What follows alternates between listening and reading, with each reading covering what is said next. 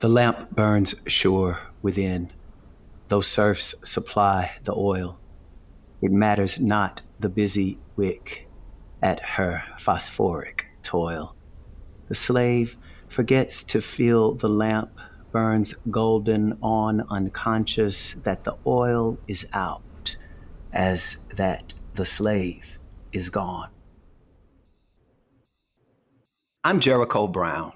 And I'm Brionne Janae, but you can call me Breezy. This is The Slave is Gone, the show that talks back to Apple TV's Dickinson.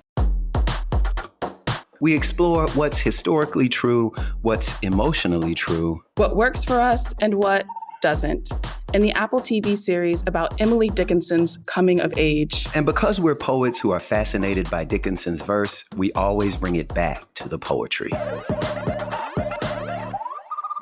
Hey, Breezy. Hey, Jericho. So glad we are here to talk about Dickinson, the poet we both love, and this show that has so many people discovering her and rediscovering her.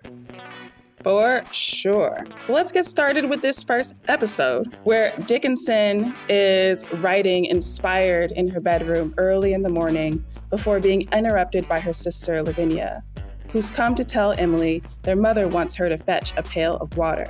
When Emily asks why their brother Austin can't do it, Lavinia reminds her that he's a boy. Which Emily calls bullshit. Because it is. Now, of course, Emily's mother is trying to prepare her for a prosperous marriage. And when Emily comes to the kitchen, her mother announces that a suitor is coming to call. When the suitor, George Gould, arrives, it turns out Emily already knows him from her lit club.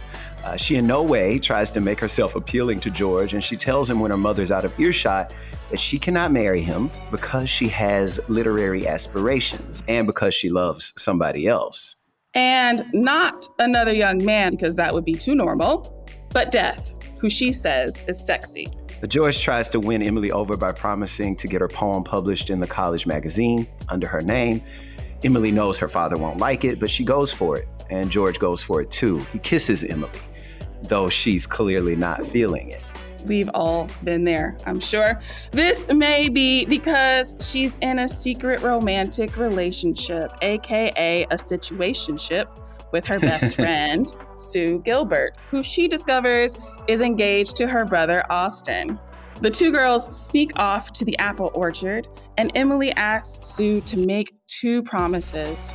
First, that she won't move to Michigan, and second, that she loves her more than her brother.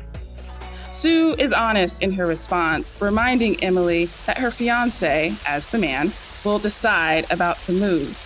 But of course, Emily doesn't have to worry about her love. They share a passionate kiss as rain comes down.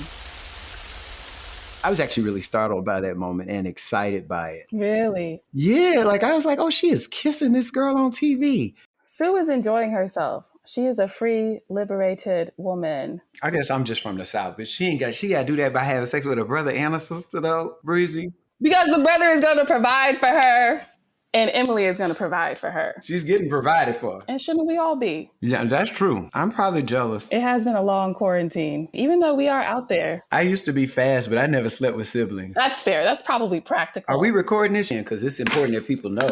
That you haven't done any siblings yet?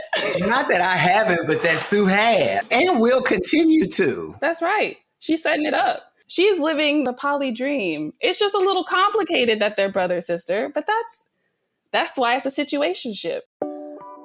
In the next scene at the Dickinson family dinner table, there is big news. Mr. Dickinson, Emily's father, announces that he's running for Congress and that he's building a house for Sue and for Austin. And Emily tells the family about her poem, which is going to be published in the college newspaper. Mm-hmm. Her father calls this scandalous and tells her she'll ruin the family good name. We then see Emily in a red dress paying a visit to Death, who's played by Wiz Khalifa. She asks him when he will take her away.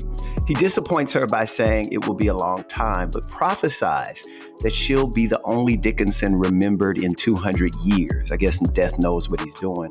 He also says that he'll take away many lives in the Civil War, a war that will divide the nation. Later that night, Emily and her father reconcile.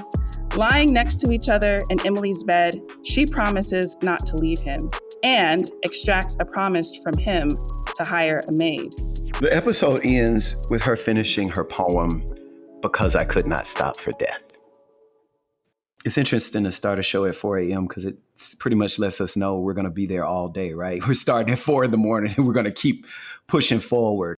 The show makes it very clear early on from jump that it's going to tackle things, but from a contemporary perspective, in spite of the fact that we are set in the 1800s. Yeah, and I loved the invitation to imagine her writing process, particularly considering the fact that she had to write on those scraps. So what is revision to her? What is sort of the building of a poem when you have to get it down on paper right the first time? I found myself having so much respect for what early writers went through and experienced to make their craft, because you get a line at the well, you don't have any paper. I get a line in the middle of babysitting or in the middle of walking my dog, and just the discipline it would have taken and the attention to calling to hold that line with you and to be keeping it, reciting it, and reworking it in your head as you hauled that water back. Of course, the water was half out of the pails by the time she got back. She had to get back in time before she forgot that line. I love the way the show sort of invites us to think about the writing process, but also the way your time period and your tools shape the way you write.